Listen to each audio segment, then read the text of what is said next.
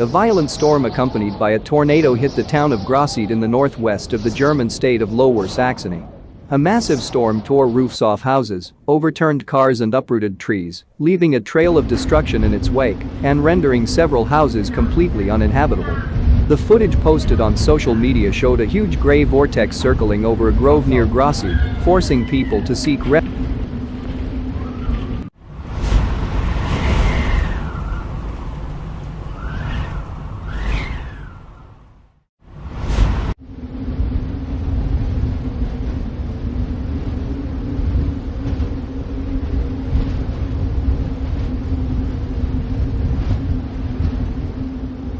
Some said they had never seen anything like it in the area before. According to German media estimates, the tornado had a diameter of several tens to 100 meters and rotated at a speed of 180 to 250 kilometers per hour. The storm left traces of destruction in the city.